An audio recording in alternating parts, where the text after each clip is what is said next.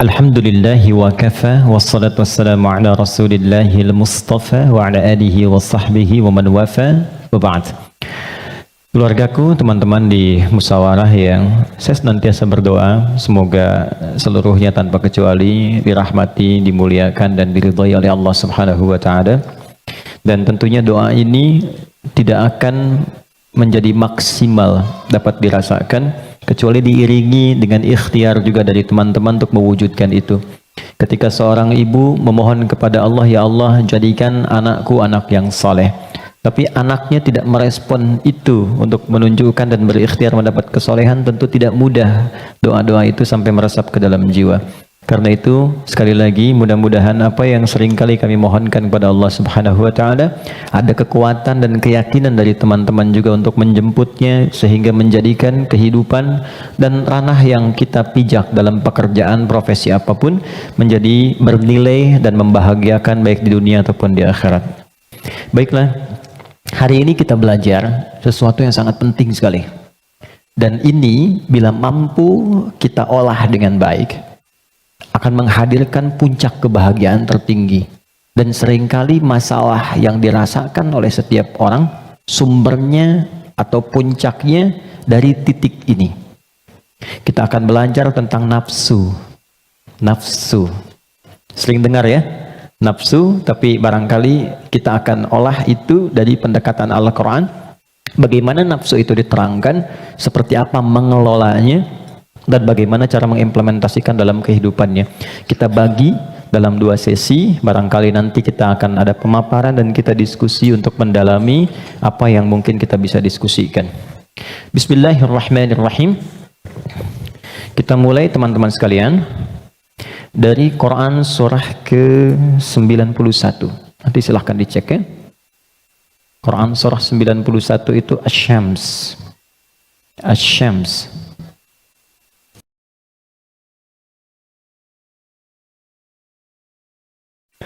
Ayat 7 sampai 10. Oke, pelan-pelan. Wa nafsin wa ma sawwaha fa'alhamaha fujuraha wa taqwaha. Ini butuh fokus agak dalam karena memang pembahasannya cukup detil, tapi saya berusaha menyederhanakan yang mampu bisa kita pahami. Wa nafsin wa ma sawwaha, dan demi nafas. Nafas diterjemahkan dengan jiwa. Wa ma sawwaha, yang telah dengan keagunganku aku sempurnakan penciptaan dan fungsinya. Fa'alhamaha fujuraha wa taqwaha, maka demi menyempurnakan fungsi nafas ini ditanamkanlah 2 potensi, dan ini akan mengendalikan semua perilaku kita dari ujung kepala sampai ujung kaki. Kuncinya ada di sini. Apakah pandangan ini akan baik atau mengarah kepada yang kurang elok? Perintahnya ada di sini. Baik, demikian seterusnya. Fa'alhamaha fujuraha, ini fujur, wa taqwaha, ini taqwa. Qad aflaha man zakkaha, setiap orang yang mampu menjadikan kendali hidupnya bersumber dari potensi takwanya, maka seluruh perilaku hidupnya dari ujung kepala sampai ujung kaki akan mengantarkan ia pada kesuksesan dan kebahagiaan dari semua aspek kegiatan yang ia lakukan dalam hidup. Ini jaminan dari Allah. Jadi apapun yang Anda lakukan, Anda kerjakan, pekerjaan apapun yang sekarang sedang diikhtiarkan, itu akan cenderung terdorong mendekat kepada kebahagiaan dan kesuksesan jika patokan dalam mengendalikan itu semua bermuara dari sini. Wa qad khaba man dassaha, tapi bila yang digunakan sebagai acuannya adalah yang fujur, maka ini akan cenderung mengantarkan pada nestapa kehidupan. Tingkat yang paling rendah, khaba itu tingkat yang paling rendah. Mendapatkan celaan, hinaan, cacian, macam-macam, bahkan sebelum berpulang. Ya, yang tidak paling menyenangkan itu hidupnya dicela, wafat dicaci, pulang ke akhirat disiksa. Dan itu yang tidak paling mengenakan dalam kehidupan. Nah, sekarang dari satu surah ini, dari ayat 7 sampai 10, kita ingin dalami lebih kuat, dan pendalaman ini menuntut kita untuk lebih fokus karena ini kaitan dengan diri kita sendiri. Apa itu nafas? Itu dulu. Nafas itu apa? Jiwa itu apa? Tempatnya di mana? Seperti apa yang kita rasakan pengaruhnya dalam hidup? Kita pindah dulu ke Quran surah 15 Al-Hijr ayat 28 sampai dengan ayat 30. Quran surah 15 ayat 28 sampai 30. Pelan-pelan. Wa idh qala rabbuka lil malaikati inni khaliqum basyara. Dan ingat, kalau ada idh itu maknanya 3. Ingat, pahami, renungkan. Jadi kalau kita membaca Quran dibuka dengan idh, diingatkan kita oleh Allah, ingat ya. Pahami apa yang akan kau baca ini, lalu renungkan itu pada dirimu yang paling dalam. Wa idh qala rabbuka lil malaikati, pahami, ingat, renungkan. Ketika Allah berfirman pada malaikat, inni khaliqun basyara, aku akan mencipta makhluk baru yang bukan malaikat, yang bukan jin. Jadi sebelum Allah mencipta kita manusia disebut dengan basyar di sini, maka sudah ada malaikat dan jin terlebih dahulu. Urutannya malaikat dulu diciptakan dari cahaya, nur, lalu jin diciptakan dari api, nar. Ya, baru kemudian kita manusia, basyar. Karena itu ayat manusia 28, ayat tentang jinnya 27-nya. Jadi kalau Anda lihat ayat 27 di Quran surah 15, wal janna khalaqnahu ya min qablu min naris samum. Sebelum manusia ada jin dulu urutannya diciptakan. Nanti jin ini sebagiannya ada yang tinggal nanti dengan malaikat di alam langit, tapi di alam tersendiri dari 7 lapis itu tidak sampai ke bagian atas. Nanti ada yang tinggal berkehidupan di dunia, yang kelak fungsinya akan digantikan oleh manusia menjadi khalifah di bumi. Nah, yang tinggal di alam langit ini, itu yang dulu disebut dengan Azazil namanya. Jin yang sangat taat, rajin ibadah, sampai diagungkan itu Azza. Oleh malaikat disebut nih hebat nih, ibadahnya banyak, maka disebut dengan Azazil. Cuma nanti kisahnya ketika manusia diciptakan dan akan menempati posisi sebagai khalifah di bumi, jin yang terlihat taat ibadah ini ternyata memiliki kecemburuan yang tinggi sampai membangkang perintah Allah. Maka membangkang perintah disebut dengan fasik. Perbuatannya fasak. Maka berubahlah ia dari jin menjadi makhluk fasik. Ya, tertutup kebaikannya dengan keburukannya. Yang menutup keburukan dengan kebaikan, ada yang buruk yang tak ingin terlihat ditutup dengan yang baik, itu namanya libas, dari kata labasa. Tapi kalau yang baik sudah bagus, ibadah, jujur, baik, ditutup dengan keburukan karena sombong misalnya, maka itu namanya dari kata balasa, makhluk yang tertutupnya disebut iblis. Maka dari situ dia menjadi iblis. Di situ ada di Quran surah ke-18 ayat ke-50. Quran surah 18 ayat 50. Wa idh qulna lil malaikati isjudu li adama fasajadu illa iblis kana minal jinni fa fasaqa an amri rabbi.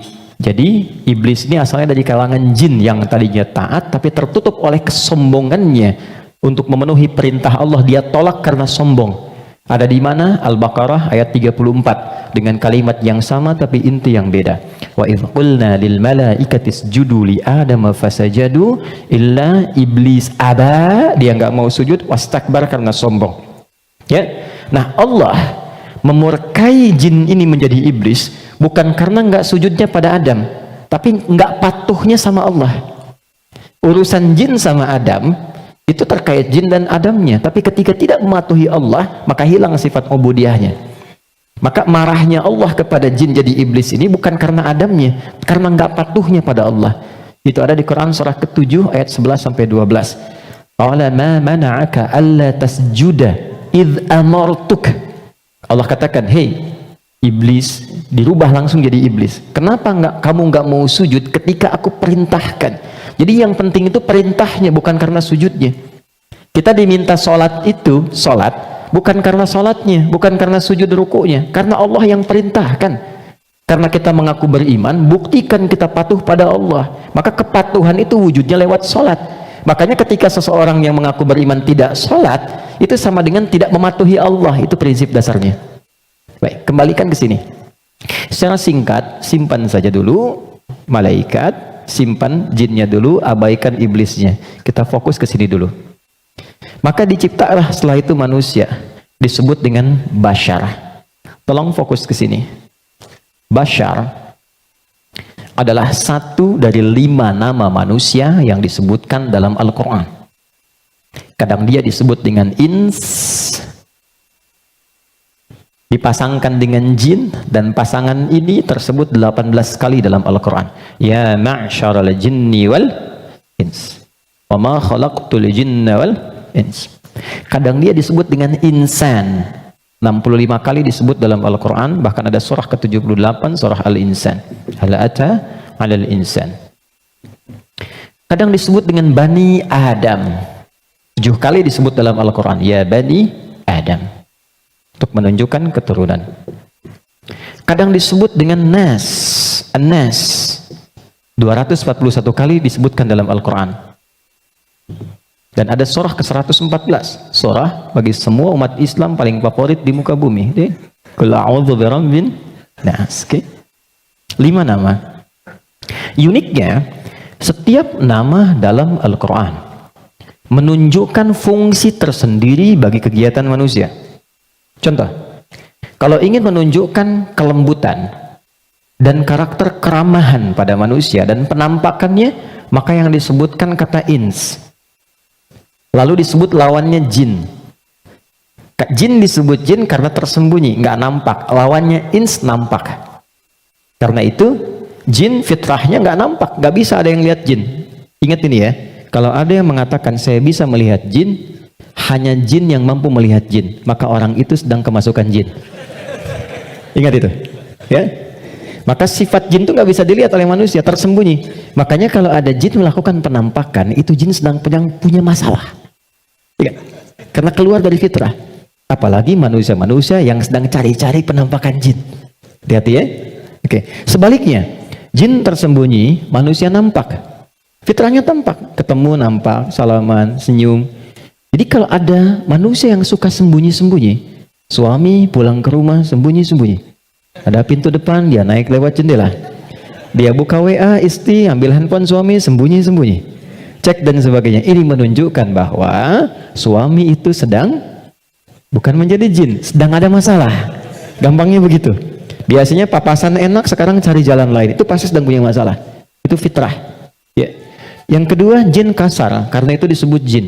Manusia lembut, karena itu tampilan karakternya selalu lahir sifat kasar. Nggak ada orang misalnya, maaf, kemasukan jin jadi lembut, nggak ada. Mas Dude izin pengen ikut kajian, sedang kemasukan jin, itu mustahil.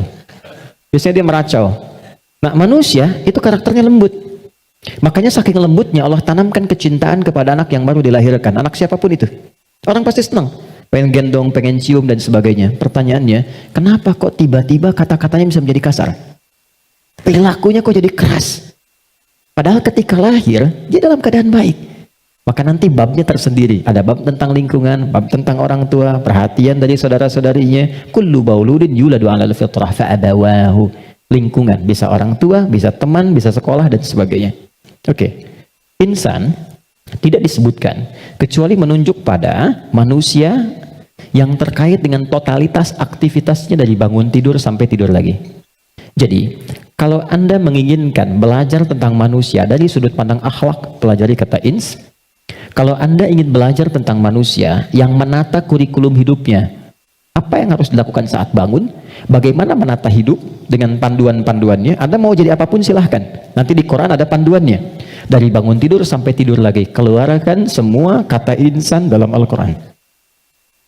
3. Kalau kita ingin melihat genealogi kita dan perjalanan sejarah kehidupan bapak moyang kita dari Nabi Adam sampai ke Rasulullah sallallahu alaihi wasallam yang jadi petunjuk untuk kita, maka temukan di kalimat Bani Adam. Jika Anda ingin belajar tentang bagaimana membangun hubungan yang baik secara sosial dengan teman, dengan lingkungan, dengan tetangga dan sebagainya, maka keluarkan semua kata nas dalam Al-Quran. Tapi kalau Anda ingin belajar tentang menata nafsu yang ada dalam jiwa setiap manusia, maka keluarkan kata bashar dalam Al-Quran. Disebutkan sebanyak 35 kali dalam bentuk tunggal dan sekali dalam bentuk dual. Nah, ketika Allah menyampaikan pertama kali penciptaan manusia, yang disebutkan kalimatnya bashar. Wa idh qala rabbuka lil malaikati inni khaliqum bashara. Bukan ins, bukan insan, bukan bani Adam, bukan annas, bashar. Apa tahapan penciptaannya? Ini intinya. Wa idh qala rabbuka lil malaikati inni khaliqum basharan min salsalin min hama'in masnun fa idza sawaituhu. Satu, membentuk manusia, mencipta manusia ada dua tahapan kata Allah. Pertama fisiknya dulu. Maaf, ini secara teori dulu ya. Baik. Fisiknya dulu. Jadi yang dibentuk berproses, fisik nanti berlangsung selama 4 bulan dalam kandungan. Alhamdulillah. Oke. Ini detailnya ditemukan. Misal di Quran surah ke-22 Al-Hajj di ayat yang kelima, atau di Quran surah ke-23 Al-Mu'minun dari ayat ke misalnya 11 sampai dengan 15. Hadisnya di Al-Arba'in An-Nawawiyah nomor hadis yang keempat. Contoh, saya cepat bacakan. Inna ahadakum yujma'u fi batni ummihi arba'ina yawman nutfah. Setiap anak cucu Adam sebelum terlahir dari rahim ibundanya akan mengalami proses selama 40 hari pertama pertemuan spermatozoa dengan ovum, proses. Thumma yakunu mithla dzalika 'alaqah. 40 hari yang kedua membentuk zigot yang mulai menempel di dinding rahim, mulai berproses. Thumma yakunu mithla dzalika mudghah. 40 hari ketiga berbentuk mulai ada daging keratan, mudghah. Sekarang di kurikulum kedokteran di fase modul awal, namanya modul tumbang, tumbuh kembang, itu sama, diksinya sama, menggunakan kata mudghah. Pernah ada anak dari UIN kedokteran datang ke saya, Ustaz saya minta belajar. Saya bilang, Anda dari mana? Kedokteran. Berikan dulu semua modul Anda ke saya untuk saya pelajari dan saya belajar dari Anda, baru kemudian Anda boleh belajar dari saya. Maka saya temukan di antara modulnya ada kata mudghah di dalamnya. Baik, itu usia 4 bulan, 40 hari ketiga. 40 kali 3, 120 hari, 4 bulan. Thumma yursalu ilaihil malak fayanfukhu fihi ruh. Ini poinnya. Di usia 4 bulan ini, barulah diperintahkan oleh Allah ditiupkan roh. Karena itu kalau ada yang tengah mengandung, usia 4 bulan, itu rohnya sudah masuk. Tadi ya? Dan di situ nanti ada tuntunan. Bagaimana mendidik anak sejak dalam masa kandungan. Kami pernah share ini di hari Quran dan dipraktekkan. Alhamdulillah begitu anaknya mulai bicara yang keluar Quran. Dan setelah itu dicek kemudian oleh ustadz yang mengecek, ternyata telah hafal Quran 30 juz. Dalam baru bicaranya itu. Lalu diurutkan 3 tahun usia hafalan, 3 tahun usianya hafal Quran 30 juz. Di antara amalannya Quran surah ke-7 ayat 189. Falamma taghasyaha hamalat hamlan khafifa famarrat bi, sampai ke ujung ayatnya, da'amallaha rabbahuma la in ataitana salihah lanakunanna minasyakirin. Jadi kalau ada yang sedang mengandung, di antara sunnah membacakan untuk anak itu suami istri. Bukan hanya istri saja, suami saja. Suami istri berdoa, itu doanya ada di Quran surah 7 ayat 189. Satu ayat ini saja. Ya, secara singkat. Saya agak cepat. Roh ditiupkan. Nah, roh ini sumber kehidupan. Saya mau tanya begini, maaf ya, ini saya sederhanakan sekali. Kalau roh sumbernya dari mana? Halo? Roh sumbernya dari mana? Allah, oke? Okay? Baik, sumbernya dari Allah. Tahu dari mana? Quran surah ke-17 ayat 85. Wa yas'alunaka 'anir ruh qulir ruhu min amri rabbi. Karena roh sumber kehidupan langsung yang ditiupkan pada fisik. Jadi generator kehidupannya di sini. Kalau nggak ada roh, nggak akan bergerak ini. Makanya orang meninggal, dicabut rohnya, sudah nggak bisa bergerak lagi. Nah, sumber roh itu sumber kehidupan dari Allah. Baik, sekarang saya tanya, kalau Allah maha baik tidak? Ada aibnya tidak? Ada cacatnya tidak? Lihat, kumpulan semua kebaikan jika dikumpulkan, jujur, sabar, misalnya kan, kalau kita kumpulkan sifat-sifat baik itu semuanya, itu akumulasinya disebut dengan takwa namanya. Karena Allah itu maha baik, nggak ada cacatnya, maka semua yang bersumber dari Allah pasti semuanya baik dan membawa sifat-sifat kebaikan.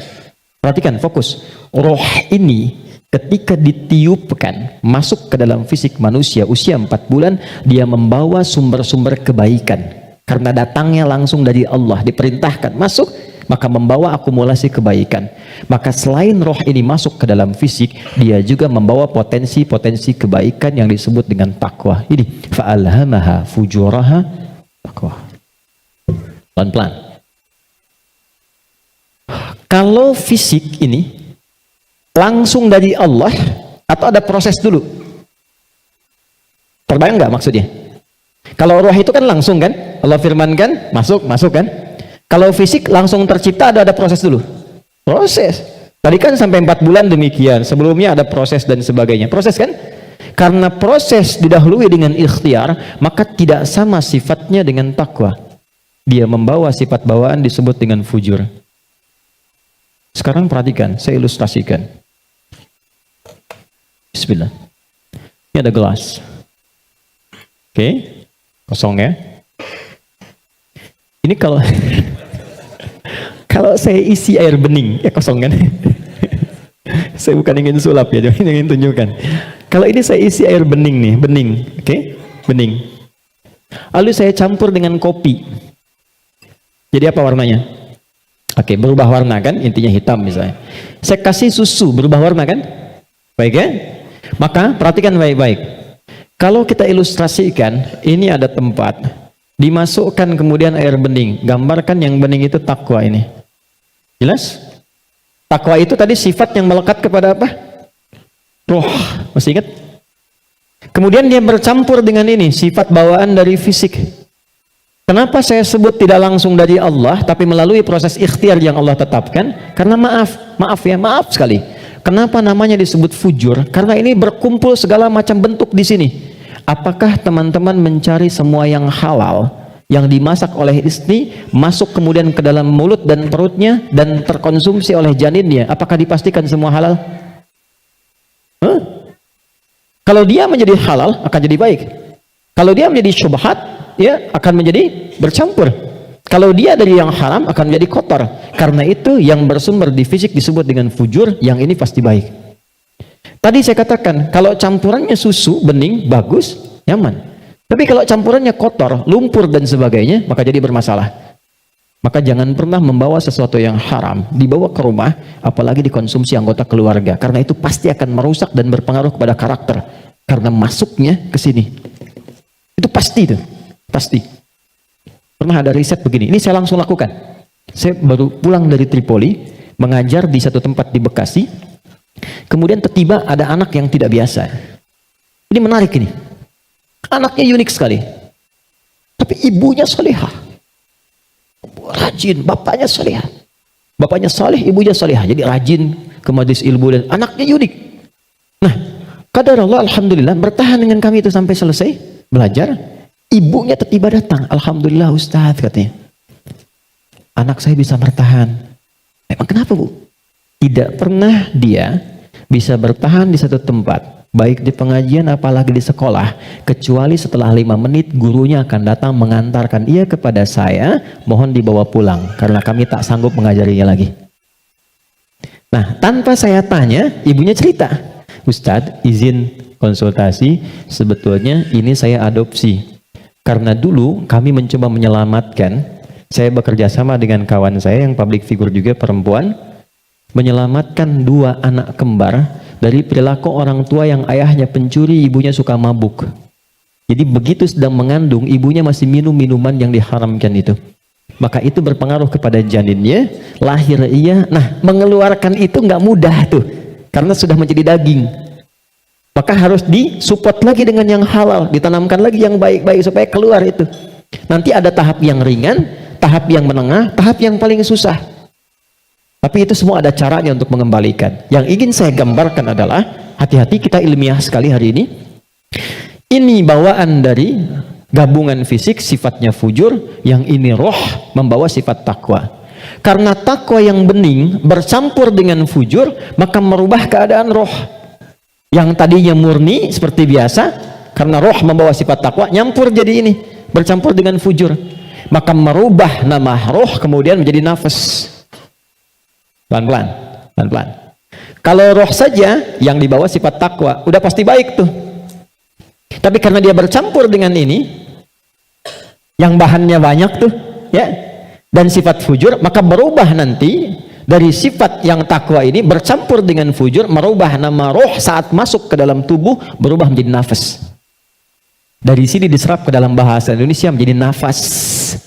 Ya, maka dikatakan seseorang bisa bernafas ketika rohnya masuk. Tapi dalam keterangan Al-Quran bukan cuma bisa nafas, di situ akan tergabung takwa, potensi yang dibawa oleh roh sebagai sumber kebaikan. Di sini ada fujur, potensi yang dibawa oleh fisik, ya, yang kadang-kadang menjadi lawan daripada sifat kebaikan. Pelan. Sampai di sini bisa dipahami? Artinya apa? Artinya, maaf, di dalam diri kita ini, siapapun manusianya, pasti ada potensi kebaikan. Itu sifat dasar manusia itu baik. Itu sifat dasarnya. Nggak ada yang nggak baik. Makanya, maaf, sepencuri-pencurinya pencuri, sebetulnya hatinya menolak. Ketika akan mencuri, pasti hatinya menolak itu. Itu salah. Karena itu pencuri nggak mau dicuri. Coba kalau 3 orang mencuri, yang satu misalnya menyembunyikan hasil curiannya, maka bosnya akan berkata, maling kamu. Padahal mereka baru maling gitu kan? Ya? Oke, pelan-pelan ya. Jadi singkatnya, di dalam diri kita terkumpul semua potensi kebaikan yang dibawa oleh roh. Dan saat yang bersamaan, ada potensi yang dibawa oleh fujur dari fisik. Ada di sini, ini lawannya. Nah, yang menarik begini, yang menarik, ini potensi takwa ini, akumulasi semua kebaikan, kita sebut dengan sumber positif, gini. Yang ini, didesain oleh Allah sebagai lawannya, kita sebut kutub negatif, begini, fujur. Pelan-pelan ya. Dan ini sudah menjadi hikmah kehidupan. Apapun yang bisa bergerak akan selalu ditemukan positif dan negatif. Anda beli robot-robotan pakai baterai, pasti ada kutub positif dan negatif kan? Ya kan? Proton dan neutron. Dalam proton nanti ada neuron dan macam-macam, ada partikel, ada atom dan sebagainya. Jelas ya? Ini semua hukumnya sudah begitu. Ini hukum kehidupan. Tapi kaitan dengan diri kita, ini yang harus kita sadari. Saya turunkan ke sini untuk lebih mudah. Nafas. Di sini ada takwa. Semua kumpulan sifat baik, jujur, rendah hati, kemudian sabar, dan seterusnya. Saat yang bersamaan, di sini ada lawannya, sifat fujur. Jadi kalau teman-teman di sini menemukan jujur, di sifat fujur itu ada dusta. Kalau di sini ada rendah hati, di sini ada sombong. Kalau di sini ada sabar, di sini ada sifat amarah yang berlebihan, pemarah. Nah, kita mesti menyadari setiap manusia itu punya potensi jujur, tapi saat yang bersamaan punya potensi dusta. Dia punya potensi rendah hati, tapi saat yang bersamaan dia bisa sombong. Nah, yang paling menarik adalah bagaimana kita bisa mengendalikan ini sehingga yang keluarnya selalu yang baik. Dan yang ini bisa kita tutup, bisa kita tekan sehingga tidak muncul ke permukaan. Nah, inilah inti pembahasan kita yang akan kita turunkan. Saya ingin fokuskan betul pada apa yang akan saya terangkan saat ini. Jadi yang barusan muqaddimah ya. Sekarang kita mulai ke intinya. Saya ingin berikan penjelasan dari akarnya dulu supaya kita paham tentang diri kita. Jelas sampai di sini? Halo? Jelas ya? Oke. Yuk kita lihat. Kembali ke Quran surah Asy-Syams ayat 7 sampai 10.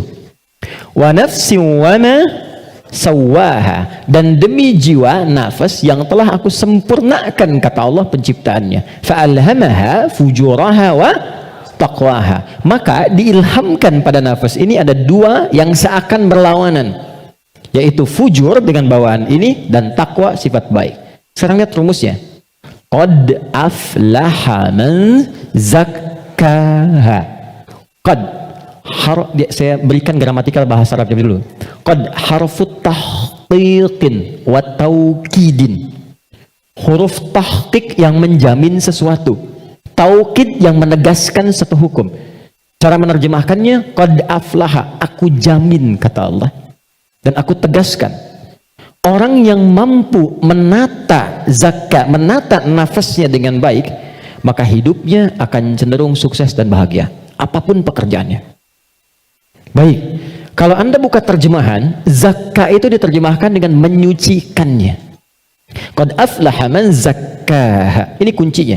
Jadi kalau kita ingin menata kalbu, menata nafas, maka caranya dengan zakka. Zakka menyuci. Saya tanya ke akhwat ya, teman-teman. Kalau menyuci itu membuang bajunya atau kotorannya? Oke. Saya tanya ke teman-temannya ikhwan yang pria. Sekali lagi saya pastikan, menyuci itu membuang bendanya atau menghilangkan kotorannya? Kotorannya. Baik, sekarang saya tanya pada semuanya, kalau tidak kotor mungkin nggak dicuci? Huh? Halo? Kalau tidak kotor mungkin nggak dicuci? Baik, baik. Sekali lagi, yang ketiga, yang terakhir. Jadi adanya kotor itu untuk menunjukkan yang bersih atau untuk mengotori pakaiannya? Ayo, bingung sekalian, nggak apa-apa. Manfaat kotor itu, kotor untuk menunjukkan yang bersih atau untuk mengotori pakaiannya? Bukan, yang mengotori itu andanya, gitu kan? Kotor itu diciptakan untuk mendapatkan bersihnya. Sebab kalau nggak ada kotor, nggak akan ketahuan bersihnya. Anda nggak mungkin nyuci kalau nggak ada kotoran, nggak ada kerjaan. Tapi supaya ketahuan itu bersih, ditampakkan yang kotornya. Kan harus ada pembanding. Dari mana taunya orang itu baik? Kalau ada yang buruknya, bisa dibandingkan. Tahu dari mana dia jujur? Kalau ada bohongnya. Tahu dari mana bersih? Kalau ada kotornya. Maksud saya, kotoran itu diciptakan bukan ingin mengotori pakaiannya, tapi ingin menghasilkan kebersihan di balik kotoran itu. Karena itu menyuci, itu membersihkan kotoran, bukan membuang bendanya. Tarik logika itu ke sini. Qad aflaha man zakkaha. Allah menciptakan sifat fujur bukan ingin menjadikan manusia itu terjebak dalam keburukan. Jadi jangan bertanya begini, kenapa Allah ciptakan sifat dusta? Kan saya nggak akan berdusta kalau begitu. Kenapa Allah ciptakan sifat sombong? Kan saya nggak akan sombong kalau begitu. Bukan, kata Allah, pada asalnya diciptakannya fujur dengan semua sifat ini adalah untuk menjadi katalis dalam bahasa kimianya itu, supaya dia bisa menstimulus supaya baiknya keluar. Sebab kalau nggak ada ini nggak akan muncul. Contoh, bisa nggak ada sabar kalau nggak ada marah? Antum pulang ke rumah, ketemu istri, tiba-tiba nyampe rumah, istri bilang, "Pak, sabar ya Pak, sabar," gitu. Padahal nggak ada hujan, nggak ada angin, nggak ada apa-apa. Kira-kira respon antum gimana? Sayang, kamu sehat? Kan? Nggak mungkin kan? Ada amarah, pim. Mau marah nih, sabar aja, sabar, nggak usah dibalas. Nah, kapan ada sabar kalau ada pemicunya? Kapan ditemukan jujur? Ketika ada dusta. Jadi dusta itu diciptakan bukan ingin menjadikan Anda sebagai pendusta, tapi sebagai katalis supaya jujurnya muncul. Sabar diciptakan dan marah diciptakan untuk supaya yang baiknya muncul. Sebab kalau nggak ada marah, sabarnya nggak akan naik. Paham nggak sampai di sini? Nah, cara kita mengolah dibalik kata Quran, qad aflaha man zakkaha. Kalau satu waktu terjadi muncul dorongan yang mendorong dari sini, fujur ke nafas. Cara kerjanya begini supaya lebih paham. Gak apa-apa, saya menghapus saja. Bismillah. Jam 3 saya dari Bandung, ya Allah. Aku sudah hari Kamis. Saya nerangkan sendiri, apa? Kehormatan bagi saya Presiden Musyawarah. Enggak usah ini aja, supaya nggak ada beban. Jazakallah. Nggak apa, ini aja. Baik. Kasih banyak, jazakallah khair. Semoga dapat tambahan rahmat. Amin. Cukup? Ya, dipegang aja nanti kalau ada keperluan lagi. Gini teman-teman, saya mulai dari sini dulu. Ini agak mahal, tapi butuh fokus. Ini nafas. Nafas itu inti jiwa nih, di sini. Kelihatan ya? Intinya di sini. Di dalam inti ini ada lagi turunan tadi. Saya kebawahkan dulu, di takwa, semua sifat baik. Yang ini fujur. Ini lawannya. Nafas itu adanya di dalam kolbu. Kolbu begini. Yang sering terjemahkan dengan hati. Adanya di sini, kolbu. Kolbu adanya di sodrun. Nih. Ini. Masih ingat teman-teman kalau sholat kan Allahu Akbar tangannya di sini kan? Ini posisi tangan ini sodrun. Di dalam sodrun ada kolbu. Nih, ini ada sodrun. Semua apa yang kita lakukan sumbernya dari sini. Misal kita mau bicara nih, kalau yang keluar baik itu ini yang perintahkan dari sini. Ke sini ke kolbu, ke sodrun, keluar ditembuskan langsung ke akal, kita keluarkan sepersekian detik. Kalau yang keluar yang buruk sumbernya dari sini. Jelas? Nah, saya ingin katakan dulu sebentar. Setan sudah meminta kepada Allah sejak Adam diturunkan supaya diberi kewenangan untuk menggoda yang ini. Itu nanti ada di surah An-Nisa di ayat yang ke-118. Dari ayat 116 sampai 118. La'anahullah wa qala la'attakhidanna min ibadika nasiban mafruḍa. Ketika dia dilaknat oleh Allah, dia berkata, ya Allah izinkan aku menggoda satu bagian dari manusia. Maksudnya yang ini. Di sini sumber keburukan nih. Dalam bahasa Arab, buruk itu disebut dengan su namanya. Su, gini. Pelan-pelan. Nah, setan menggoda, memprovokasi dengan halus. Memprovokasi dengan halus itu bahasa Arabnya waswas. Waswasa yuwaswisu. Halus sekali. Dia masuk lewat sini, sodrun, jamaknya sudur, jamak dari sodrun sudur karena manusianya banyak. Di Quran surah ke-114, alladzi yuwaswisu fi sudurin nas. Dia menggoda ke sini, ke kolbu, ke sini. Alih-alih bicara yang baik dia katakan keluarkan yang kasar. Tak sadar keluar. Begitu keluar bentuknya dalam bentuk perbuatan, maka keluar namanya su, kata-kata yang kotor, kata-kata su. Karena ini melewati nafas nih, kan dari nafas nih, tidak dilihat fujurnya, yang dilihat nafasnya. Oh ternyata nafasnya itu memerintahkan kepada su, nafas ketemu su, disebutlah nafsu. Oh ya, ini asalnya nafsu. Ini asal kalimat nafsu. Dari mana ini ditemukan? Quran surah ke-12 ayat 53. Paling kiri sebelah atas di mushaf. Quran surah 12 Yusuf ayat 53. Wa ma ubarni'u nafsi innan nafsa, nafas la amaratum bisu. Nafas ketemu su jadilah nafsu. Jelas? Nah, asalnya nafas ini netral. Di dalamnya ada takwa, ada fujur. Yang ini yang kelihatan jelek sebetulnya asalnya katalis untuk yang ini. Bukan ingin menjadikan kita berbuat buruk, tapi lebih menjadikan yang fujur ini mendorong supaya yang sifat baik itu muncul ke permukaan. Pertanyaannya caranya bagaimana? Kata Quran, qad aflaha man zakkaha. Zakka sifatnya disebut tazkiyah. Cara paling gampang memahaminya adalah ketika muncul dorongan yang kurang bagus, cari cepat lawannya yang baik, yang ini. Karena ini diciptakan untuk memunculkan yang takwa. Jadi ketika Anda menemukan ada yang dusta, bukan mengajak Anda berdusta, tapi supaya Anda memunculkan kejujuran dalam diri Anda. Ketika ada seseorang misalnya datang dengan kesombongan, maka itu adalah pelajaran bagi kita supaya jangan ikut sombong. Yang dimunculkan sifat rendah hatinya. Dicari lawan terbaliknya. Itu poinnya. Prakteknya bagaimana? Contoh. Apa lawan cemberut? Lawan cemberut apa? Senyum. Jadi kalau istri cemberut, harusnya antum senyum. Cemberut dititipkan kepada istri bukan membuat antum supaya marah atau mengintegrasi, tapi supaya antum senyum. Antum pulang ke rumah, lihat istri sedang cemberut. Oh, cemberut. Lawannya apa? Senyum. Sayang. Kok cemberut? Kayaknya kenal. Sling, ada hadiah iPhone 14 Pro Max misalkan. Contoh. Dalam hidup itu simpel sebetulnya, cari lawannya. Sedih lawannya apa? Senang. Ketika ada seseorang sedih, cari apa yang bisa membuat dia senang. Ya, ketika seseorang misalnya sedang gelisah, cari ketenangan. Ketika ada seorang berbuat sombong, antum datang dengan kerendahan supaya mengajarkan dia kembali kepada sifat rendah hati ya.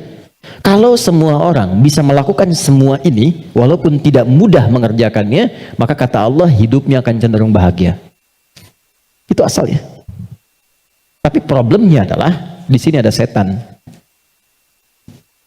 yang memberikan was-was supaya ini muncul dominan.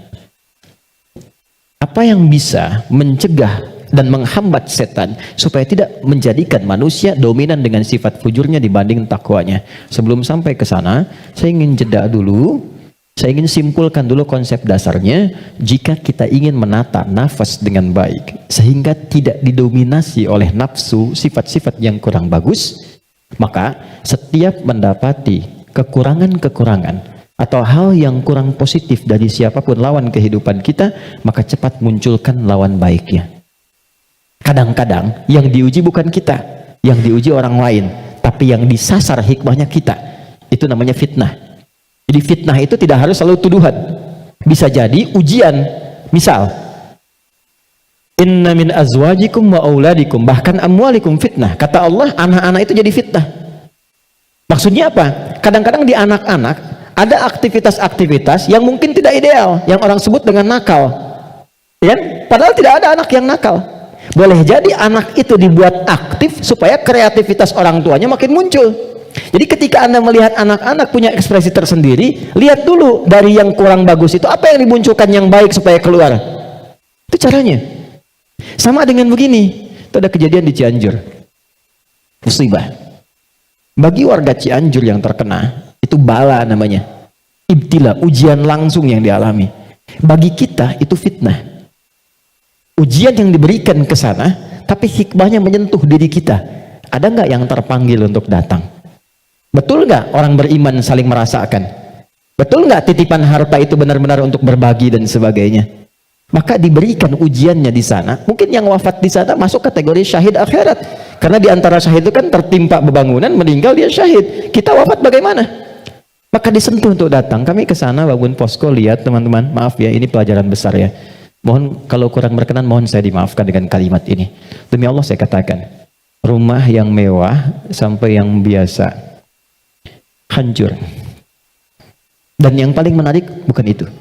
Yang paling menarik hati kita untuk merenungkan, bahkan rumah yang masih bertahan pun dan masuk kategori mewah, tidak ada yang berani penghuninya untuk datang ke tempat itu. Dia lebih memilih mengungsi atau tinggal di tenda-tenda yang bahkan jauh dari kata layak. Pertanyaan saya, jadi yang selama ini dikumpulkan kerja keras siang dan malam, jadilah sesuatu yang mewah itu, kendaraan yang hebat itu, lalu untuk apa kalau tidak digunakan dan dinikmati ketika Allah memudah membalik itu dalam sepersekian detik?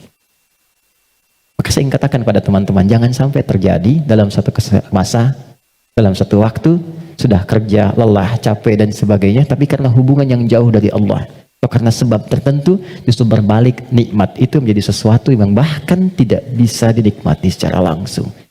Itu pesan pertama. Tapi jangan disimpulkan bahwa di sana ada maksiat dan sebagainya, tidak ke situ arahnya. Boleh jadi mereka ditetapkan oleh Allah untuk mendapatkan kemuliaan karena datang keluarga-keluarga besar membawa sesuatu yang bahkan belum pernah mereka lihat sebelumnya, yang nggak pernah makan, menemukan makanan-makanan yang mungkin menurut kita enak dan layak, yang merasakan perhatian, merasakan bantuan-bantuan, kenal saudaranya, yang nggak ada masjid dibangunkan masjid lagi, yang wafatnya syahid. Kita siapa? Dan bagaimana cara kita kembali kepada Allah Subhanahu wa Ta'ala? Itu fitnah, ujiannya di sana yang merespon kita di sini. Terkadang adanya pada tetangga kita, tetangga yang sakit dibuat sakit bukan karena ingin menjadikan dia sakit. Boleh jadi Allah ingin menguji Anda sebagai tetangganya, sikapnya bagaimana. Itu cara melihatnya. Tetangga Anda ada kekurangan, mudah bagi Allah menjadikan dia kaya, tapi Allah titipkan kepada Anda tetangganya supaya Anda merespon harta yang Allah titipkan untuk berbagi. Contoh lain, Anda sudah ke masjid, Anda punya tetangga belum mau ke masjid, dijadikan ia menjadi tetangga Anda bukan untuk Anda caci atau Anda katakan tuh saya punya tetangga nggak pernah ke masjid, bukan. Boleh jadi Anda ditempatkan di situ sehingga mendapat bagian dari dakwah untuk mendoakan dia supaya ke masjid. Ada orang bertanya, saya tanya begini, satu jamaah, apa hukumnya ada tetangga masjid tinggal di samping masjid 5 meter jaraknya dari masjid, bahkan toa masjid menghadap ke rumahnya begini, tapi dia belum mau ke masjid? Jawabannya beragam. Dosa Ustadz, haram Ustadz. Ada yang bilang bakar rumahnya. Hukumnya ajak dia ke masjid. Hukumnya ajak dia ke masjid. Ini sederhana, tipis bahasannya, tapi kalau kita praktekkan dalam kehidupan di rumah tangga, suami dengan istri, dengan anak, anak dengan ayah, dengan ibu, ini dibawa. Kita datang ke ibu sedang cemberut, buat beliau tersenyum. Lihat pasangan sedang gelisah, buat dia lebih tenang. Lihat anak sedang menangis, buat dia tertawa. Nabi SAW kedatangan seseorang menyampaikan, ya Rasulullah, si fulan berjuang fi sabilillah, ikut ke medan perang, tapi ibunya menangis. Dipanggil oleh Nabi anak itu, katakan, irja, pulang kamu, bikin ibumu tertawa seperti engkau membuatnya telah menangis. Ini konsepnya. Sederhana, tapi kalau kita bisa mengendalikan itu dalam kehidupan, maka kebahagiaan akan nampak di depan mata. Setidaknya itu kata Al-Quran. Oke, saya berhenti sejenak, kita dialog dulu. Nanti setelah itu saya akan sempurnakan tentang provokasi setan dan bagaimana mencegahnya.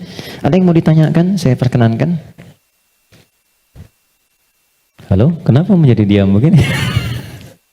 Ada yang mau bertanya? Atau saya teruskan dulu? Setelah itu baru kita bebas berdiskusi? Baik ya? Baik. Tidak mudah untuk dilakukan, sikap seperti itu, mudah disampaikan tapi tidak mudah dikatakan. Sama ustadz juga begitu.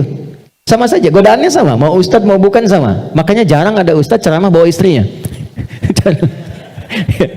Baik. Ini live gak ya? Oke, aman ya. Baik, saya kembalikan ke sini. Kenapa? Karena sama, ada setannya. Ini poinnya. Ada setannya. Ini yang sudah berjanji kepada Allah, berkomitmen maksudnya. Pokoknya selama manusia hidup, siapapun itu dan apapun statusnya, dia pasti memberikan waswas, menggoda lewat sini supaya ini ditekan. Ya, supaya takwanya ditekan, yang lain yang ini, yang buruk-buruknya. Maka bagaimana cara mencegah godaan-godaan setan itu sehingga kita manusia tidak terbawa dalam nuansa provokasi setan, sehingga bertransformasi dari pribadi yang lembut ini berubah menjadi pribadi yang kasar, yang kotor tindakannya dan sebagainya. Maka yang pertama kata Al-Quran, teruskan ayatnya, waqad khaba man dassaha. Ingat ya, kalau sifat fujur itu diperturutkan, diikuti, dusta diikuti, sombong diikuti, jadi perilaku jadi sombong, belum apa-apa sudah mulai pamer, sudah macam-macam dan sebagainya. Perhatikan, khab, pikirkan dulu kata Allah kalau mau sombong, pikirkan kalau ingin dusta, pikirkan kalau ingin berbuat hal-hal yang buruk. Khab, muaranya, ujungnya pasti kehinaan. Ini. Jadi sebelum berbuat sesuatu yang menyimpang, kalau Anda ingin berkata kotor, pikirkan dulu, karena ketika itu keluar, Anda akan terhina kata Allah. Anda akan terhina. Kalau bukan ada yang di hadapan, orang lain yang akan tergerak untuk menghinakan itu. Karena itu tidak sedikit orang yang mengeluarkan kata-kata kotor dalam kehidupan, terekspos kemudian, bukankah dirinya menjadi rendah? Mau sombong, bagi dirinya mungkin hanya ingin menampilkan kerja keras saja. Tapi ketika ditampilkan dalam bentuk sombong, diikuti provokasi ini, maka apa yang terjadi? Khab, kata Allah, ujung-ujungnya pasti ini, terhina hidupnya. Entah itu mendapatkan celaan, entah itu mendapatkan cacian. Jadi semua bentuk keburukan yang dialami oleh manusia itu kembali kepada perilakunya, dan pada akhirnya adalah mengikuti bisikan-bisikan yang disampaikan oleh setan. Jadi yang pertama kali, kalau terfikir sesuatu yang buruk, langsung kata Allah pikirkan, maaf ya, hei jangan kerjakan, kalau tidak kamu akan terhina di ujung. Maaf sekali lagi, maaf. Seseorang ketika berbuat korupsi misalnya, dia merasakan akan mendapatkan sesuatu yang besar. Tapi Quran menasihati jangan lakukan, karena kamu akan terhina. Betapa itu terbukti ketika dia diketahui, entah itu KPK, kejaksaan atau polisi menangkap dan seterusnya. Perhatikan, apa hukuman yang didapatkan dalam kehidupan sosialnya? Cacian, makian, celaan. Dan yang paling dahsyat, bukan hanya orang yang melakukan, sampai anaknya dapat bagiannya. Padahal tidak pernah mengerjakannya. Keluarganya mendapatkan bagiannya, padahal tidak pernah melakukannya.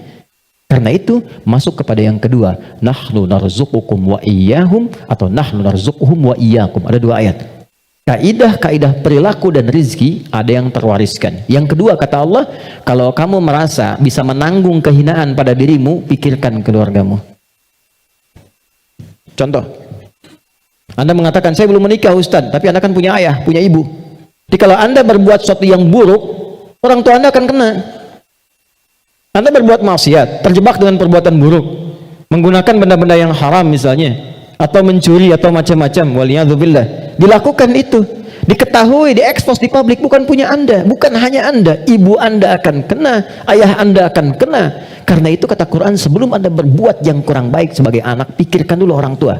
Jadi kalau merasa sebagai anak saya akan menanggung itu nggak apa-apa, pikirkan orang tua Anda. Apa tega ibu yang telah mengandung, melahirkan, merawat, mendidik, ayah yang penuh dengan peluh, merawat Anda, menyayangi Anda, menemani Anda saat tidur, tiba-tiba hanya mendapati keburukan yang dari Anda kerjakan. Mendapati limpahan keburukan dari hasil kreasi anaknya. Satu. Tapi kalau Anda orang tua, maka ingat anak dan keluarga. Saya sedih ya dapat beberapa informasi yang kadang-kadang dari instansi pemerintahan juga konsultasi. Salah satunya yaitu kok masih ada yang nekat berbuat seperti ini. Anda bisa bayangkan seorang bapak korupsi, anaknya dibully di sekolah sampai dia putus sekolah. Salah apa anaknya? Ibunya berbuat maksiat, ketahuan. Keluarganya yang kena. Suaminya yang hancur karirnya. Karena yang istrinya berbuat yang tidak bagus, berselingkuh, bergaul dengan pasangan yang lainnya, suaminya yang kena, suami yang kemudian diputus pekerjaannya, anak-anak yang kena bulinya. Jadi masuk yang kedua, ketika ada seseorang yang berpikir mengikuti provokasi setan, kata Allah, pikirkan keluargamu, pikirkan anakmu. Yang ketiga, yang terakhir, pikirkan kematian, wafat. Jadi kalau sedang terdorong oleh nafsu yang diarahkan oleh setan untuk berbuat yang buruk, misal, maaf, ingin mencela orang, hanya sekedar bikin status. Coba bayangkan saat berbuat seperti itu, Anda diwafatkan oleh Allah Subhanahu wa Ta'ala. Apakah mau wafat dalam keadaan sedang berbuat maksiat? Sementara selama ini Anda sholat, Anda puasa, Anda zakat dan sebagainya. Tiba kemudian berbuat maksiat dan wafat dalam keadaan demikian. Itu puncak terakhirnya yang paling cepat bisa mengendalikan nafsu kita supaya tercegah dari perbuatan yang buruk. Selebihnya di situ doa-doa untuk menguatkan itu semua. Ada ayat kursi, ada tiga surah paling favorit semuka bumi terakhir, Al-Ikhlas, Al-Falaq, An-Nas. Ada istighfar dan lain sebagainya. Nah itu jalan-jalan yang bisa kita lakukan. Dan sebagai penutup, kalau sudah pernah terjebak berbuat seperti itu, bagaimana cara kembalinya? Ini ada jalan rel, salah belok ke sini, ingin balik lagi supaya ke jalan yang benar, balik kembali ke jalan yang lurus, yang benar, untuk menempuh jalan yang lebih baik. Dalam bahasa Arab disebut dengan taba, sifatnya disebut dengan taubat.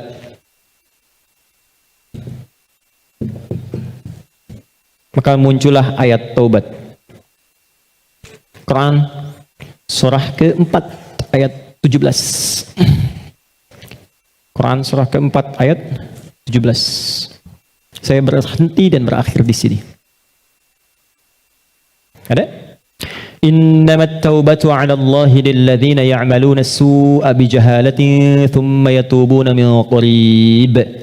Masih ingat teman-teman, kalau perbuatan dari nafsu jadi wujud perbuatan, maka disebut apa namanya? Perbuatannya disebut apa? Masih ingat gak? Kalau lupa suka nggak inget tuh. Masih ingat kan? Kan? Oke. Sekarang di ayat itu, innamat taubatu 'ala Allahi lilladzina ya'maluna su.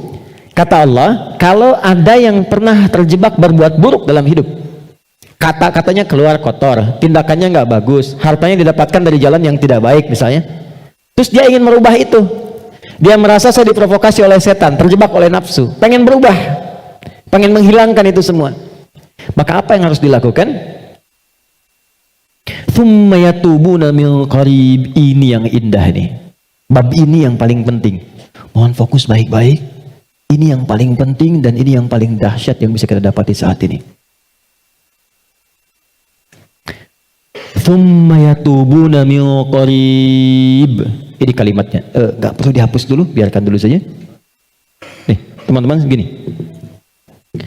Kemudian saat dia sadar itu salah, dia bergegas ingin segera memperbaiki. Kalimat ini menjadi mahal karena ada informasi di dalamnya dan ini rahasia. Mohon dijadikan antara kita saja di hari ini ya. Perhatikan kalimatnya. Ternyata, maaf, seburuk-buruknya perbuatan yang pernah dikerjakan oleh manusia, rahmat Allah menjadikan setiap manusia itu selalu mendapat kesempatan cahaya untuk kembali. Karena itu, seburuk apapun perbuatan yang pernah dilakukan, pasti akan ada kilatan di hati kita yang mengingatkan, apa masih mau begini terus? Bisa nggak saya berubah? Pernah nggak merasakan itu? Ya, bisa nggak saya tahajud malam? Bisa nggak saya sholat? Sampai kapan saya mau begini? Nah, itu yang mahal. Kadang-kadang datangnya lewat renungan, kadang-kadang datangnya lewat pandangan. Misal Anda pulang dari pekerjaan, kok tiba-tiba Anda lewat ke depan masjid yang banyak orang sedang menunaikan sholat. Tiba-tiba Anda lewat ke pesantren yang anak-anak kecil sudah bawa mushaf, pengen menghafal. Sedang melihat kan? Pertanyaan saya, kok bisa Anda lewat situ padahal bisa melalui jalan yang lain? Itu kalau bukan sayang Allah nggak mungkin diberikan demikian. Kadang-kadang lewat pendengaran. Kadang-kadang pendengaran dan penglihatan. Pendengaran misal, ta'lim di masjid, Masjid Raya Pondok Indah atau misalnya MRBJ di sini, suara keluar, Anda lewat situ. Begitu Anda lewat, terdengar kalimat bertobatlah kepada Allah sebelum kita semua wafat. Padahal kalimat itu ditujukan pada jamaah yang di dalam, tapi suaranya keluar, Anda yang dengar. Kok bisa Anda dengar itu gitu? Kadang-kadang pendengaran dan penglihatan. Anda pengen lihat YouTube, ngecek yang lain, tapi yang keluar pengajian. Yang paling dahsyat jawaban dari pertanyaan Anda selama ini. Nah, itu yang dimaksudkan. Kalau Anda mengalami momentum seperti itu, kata Quran, cepat ambil. Karena Allah sedang memberikan kasihnya secara langsung tanpa campur tangan siapapun. Biasanya, kalau dalam kondisi seperti itu disambut oleh seorang hamba, maka muncullah rahmat Allah pada saat itu yang akan langsung merubah hamba itu menjadi kekasih Allah Subhanahu wa taala. Makanya tidak sedikit orang menjadi kekasih Allah. Kekasih itu maksudnya sangat dekat dengan Allah sampai doa pun baru minta udah dijawab. Siapa di antara mereka aulia Allah itu? Rata-rata ada di antara mereka yang tadinya pelaku maksiat. Terus merasakan nikmatnya taubat, meningkat ibadahnya, dan sekatnya seakan-akan menjadi jauh, terpisah, lepas dari dirinya, nyambung ke Allah begitu cepatnya. Doanya cepat terjawab, zikirnya terasa dengan nikmat. Itulah aulia Allah. Nah, jadi yang ingin saya katakan adalah, kalau satu kali berbuat salah, terfikir, kemudian ada kilatan di hati kita, di pikiran kita, atau mendengar atau melihat sesuatu, mengarahkan kita untuk bertobat, cepat ambil itu. Cepat ambil. Itu yang dimaksud Quran surah ke-29 di ayat yang terakhir. Walladzina jahadu fina lanahdiyannahum subulana. Setelah itu, sesali perbuatan yang pernah dikerjakan, minta ampun pada Allah. Kalau terkait dengan manusia, minta maaf. Datangi. Dan jangan merasa sungkan. Jangan merasa sungkan. Kenapa berani berbuat salah tapi tidak berani meminta maaf? Datangi, minta maaf. Apapun yang ia lakukan, kata-kata dan sebagainya, tidak akan pernah mengambil hak Anda. Tidak akan mengambil kesempatan Anda, waktu Anda, tapi membebaskan semua sekat yang ada dalam jiwa kita. Tapi kalau orang lain yang salah, maafkan dulu. Memaafkan orang itu akan menghilangkan sekat dalam diri kita sehingga tidak pernah memikirkan dia lagi. Tapi tidak menyelesaikan persoalan dia dengan Allah. Jadi tetap dia dihisab oleh Allah sebelum dia minta maaf pada kita. Tidak ada ruginya. Paham ya? Karena itu kalau ada kilatan di pikiran kita mengajak untuk bertobat, cepat respon, sesali perbuatan itu, berjanji tidak mengulangi dan mengganti dengan perbuatan baik. Apa tandanya taubatnya diterima? Tandanya semua perbuatan yang jelek yang pernah keluar dari lisan, dari mata, dari telinga sampai ujung kakinya, misal, maka berganti menjadi perbuatan baik. Itu tandanya hamba itu diterima taubatnya oleh Allah Subhanahu wa taala. Saya tutup dengan hadis Nabi sallallahu alaihi wasallam. Innallaha idza ahabba 'abdan ibtalah. Allah kalau mencintai seorang hamba maka mengujinya. Kadang-kadang di antara ujian itu Kalau manusia tidak bisa memanagenya, ada yang mengantarkan pada sifat-sifat buruknya. Maka muncullah keterangan yang kedua langsung dari Al-Quran. Innallaha yuhibbut tawwabina wa yuhibbul mutatahhirin. Allah sangat mencintai pelaku maksiat yang mau bertobat dibandingkan dengan orang soleh yang tidak pernah merasa salah.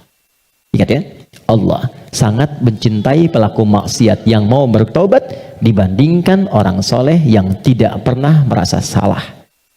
Silahkan bikin status. Itu dari Al-Quran. Oke ya?